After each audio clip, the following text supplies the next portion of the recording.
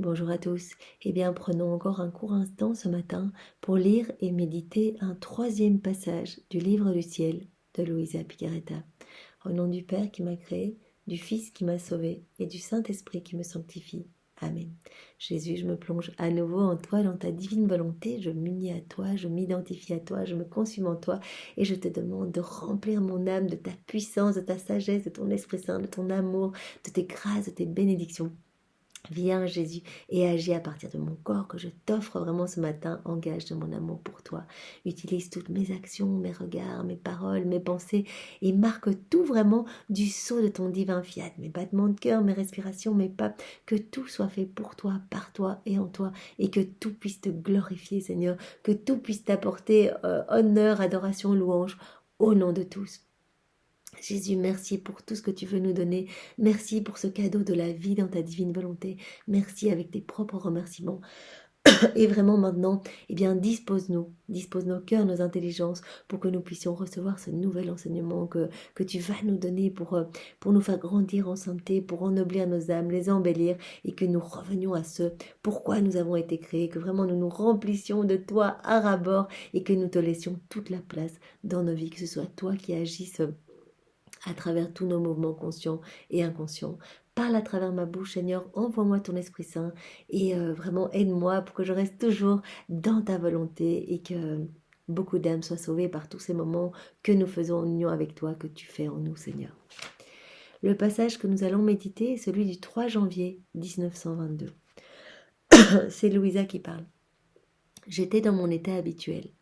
Venant vers moi, mon toujours aimable Jésus me dit « Fille de ma volonté, viens, rentre dans ma volonté, afin que je te fasse connaître les relations qui existent entre la divine volonté et la volonté humaine. » Donc il dit à Louisa, viens, plonge-toi en moi et viens regarder la relation magnifique qui existe entre la divine volonté et la relation humaine. Relation que les créatures ont rompue depuis le jardin d'Éden. Oui, comme nous le savons et comme Jésus nous l'a déjà dit dans de nombreux passages, voilà, Adam au départ était rempli de la divine science, divine connaissance, divine volonté. Il était vraiment dans cette relation d'amour, cette réciprocité d'amour avec la Trinité. Il recevait tout à ras-bord, vraiment il recevait tout et tout ce qui débordait, il le rendait à la Trinité, vraiment en action de louange, de gloire et d'adoration. Et donc il était vraiment dans ce flux et reflux d'amour. Jésus dit à Louisa, regarde la beauté de ces relations qu'il y avait au départ, mais tout cela a été vraiment rompu par la chute d'Adam, voilà, quand il a choisi de quitter cet état de grâce, de vivre dans sa volonté propre, il s'est départi de ce vêtement de lumière qu'est la divine volonté, et de là ont découlé tous les maux, les vices, voilà, les inéquités, etc., les guerres, tout ce que nous connaissons de sombre aujourd'hui.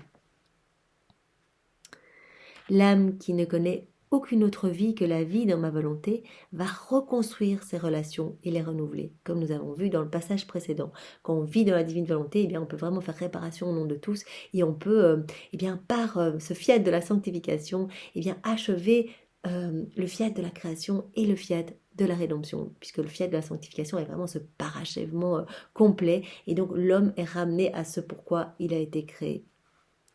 Donc vraiment l'âme qui vit dans la divine volonté va reconstruire ses relations entre la Trinité et les hommes et va renouveler ses relations. Ces relations, c'était quoi? C'était vraiment des liens d'union entre le Créateur et la créature. Relations de ressemblance, de sainteté, de connaissance, de pouvoir. Adam avait tout reçu, il était vraiment rempli divine science, divine connaissance, divine volonté, et donc vraiment ces relations étaient des relations de sainteté, de connaissance, de pouvoir, etc. Il était gorgé de divin à ras-bord.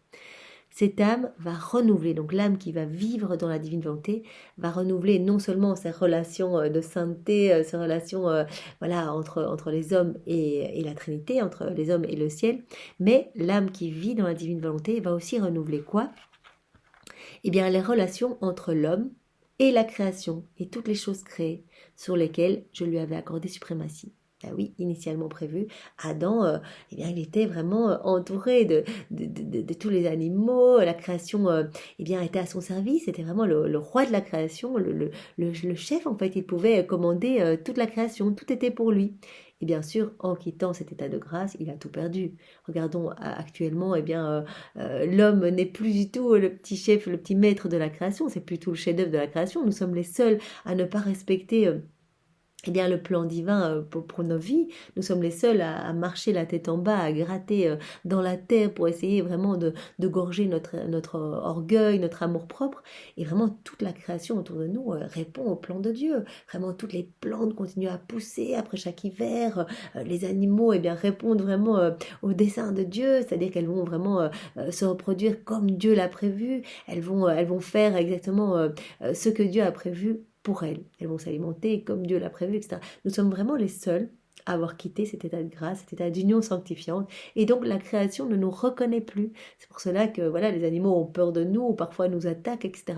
On n'est plus du tout à cette place de chef-d'œuvre de la création. Donc les âmes qui vont vivre dans la divine volonté vont non seulement restaurer vraiment cet équilibre entre le ciel et la terre, entre les hommes et la Trinité, mais vont aussi renouveler eh bien, l'équilibre entre l'homme et la création qui a été vraiment créée pour lui. La Trinité n'avait pas besoin de toutes ces merveilles, tout a été vraiment fait par amour pour nous, vraiment pour qu'on soit bien, que vraiment nos regards puissent se délecter de toutes les belles choses, que nous puissions nous alimenter, etc.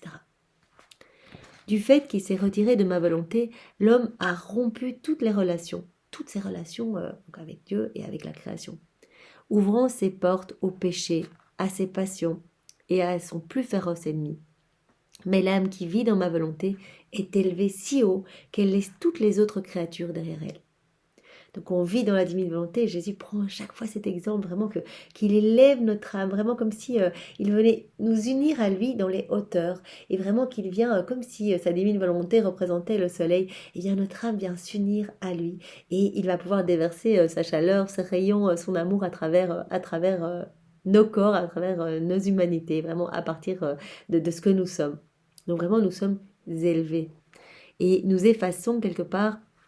Il dit on va laisser, on va gommer entre guillemets eh bien, toutes les erreurs des autres hommes qui vivent dans leur volonté propre. On va demander pardon au nom de tous, on va réparer au nom de tous. Et donc vraiment l'équilibre va pouvoir être restauré de la sorte. Étant restaurée dans ses origines, elle rétablit l'ordre premier entre moi et elle-même.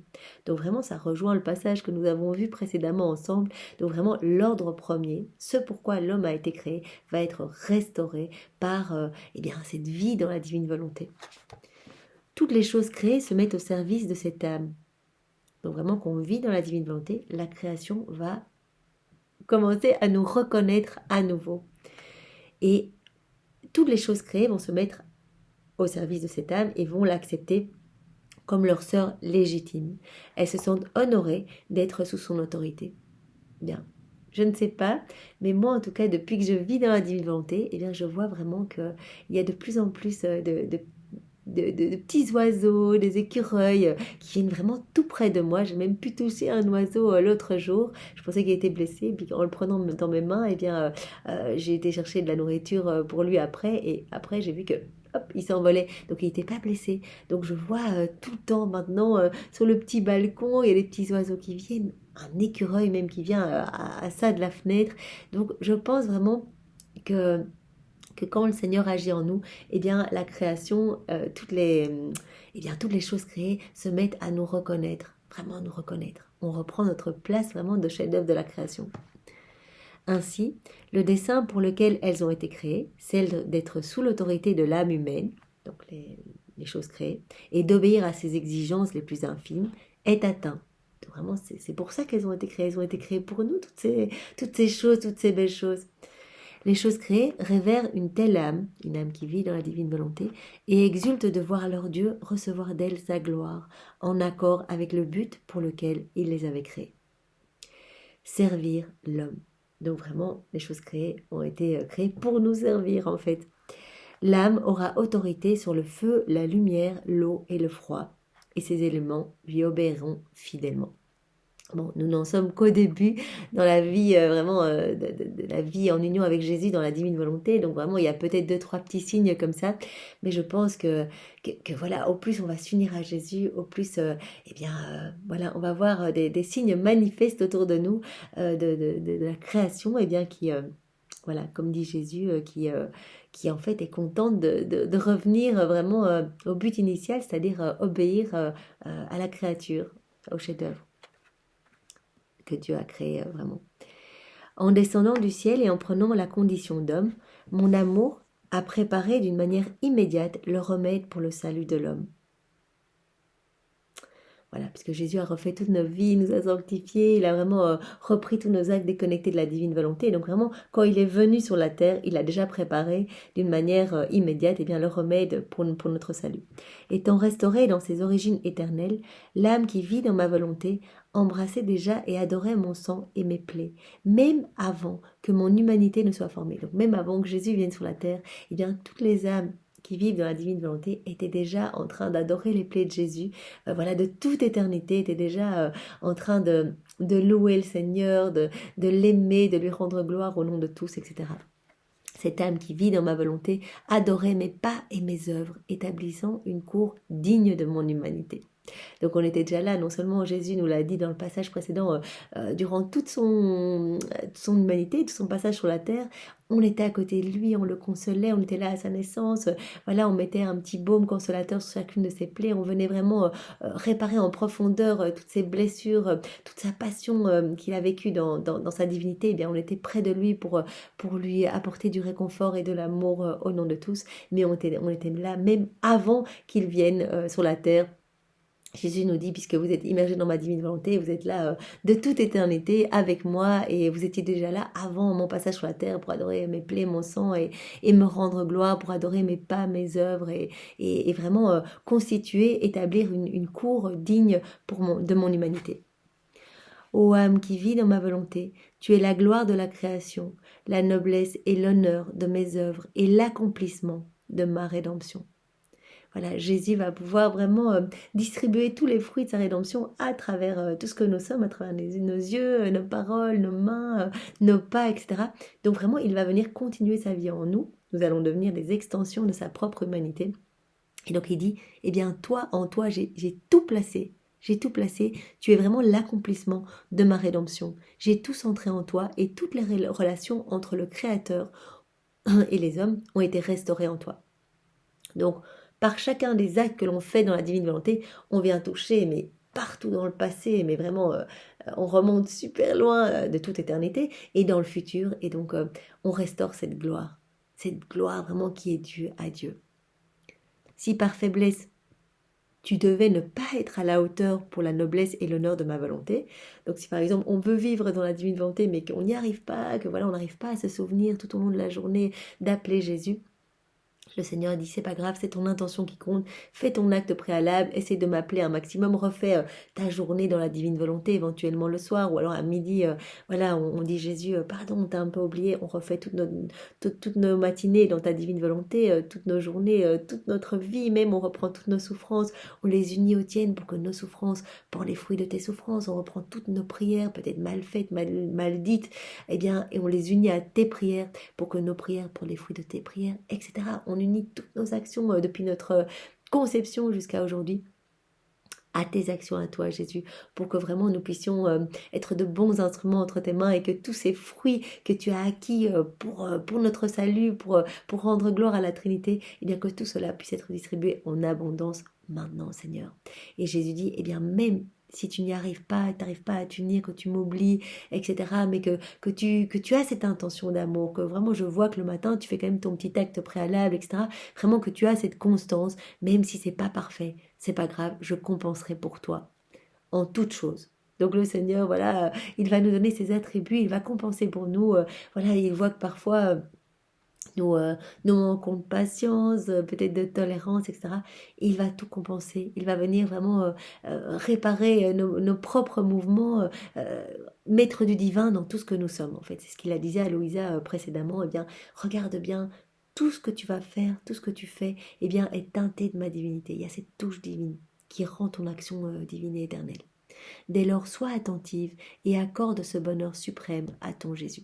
Il nous demande un peu d'attention, un peu de constance. Voilà, le matin, c'est pas grave si on fait des prières, on a l'impression que nos prières, eh bien, sont peut-être un peu répétitives, on a l'impression qu'elles sont peut-être un peu mécaniques. Je me rappelle d'un passage, je ne sais plus où c'était exactement, dans quel volume, mais Louisa disait, mais Jésus, j'ai l'impression que quand je fais mes rondes, quand je viens t'aimer au nom de tous, j'ai l'impression que ce ne sont que des paroles. Je suis pas sûre que cela peut vraiment porter du fruit. Et il dit, mais peu importe, c'est moi qui pourvois à tout. Je vois l'intention de ton cœur, je vois que tu m'aimes, je vois que tu me fais plaisir, que tu veux me faire plaisir, je vois que tu veux me donner et toute ta vie, que vraiment tu me donnes du temps, que tu donnes du temps pour découvrir vraiment mes écrits et t'engorger, vraiment te remplir de chacun de mes mots qui sont lumière, qui sont vie, eh bien vraiment, je viendrai pallier, je viendrai compenser à toutes tes faiblesses, à toutes ces fois où tu n'y arrives pas, où tu as l'impression que tes prières sont trop mécaniques ou que voilà.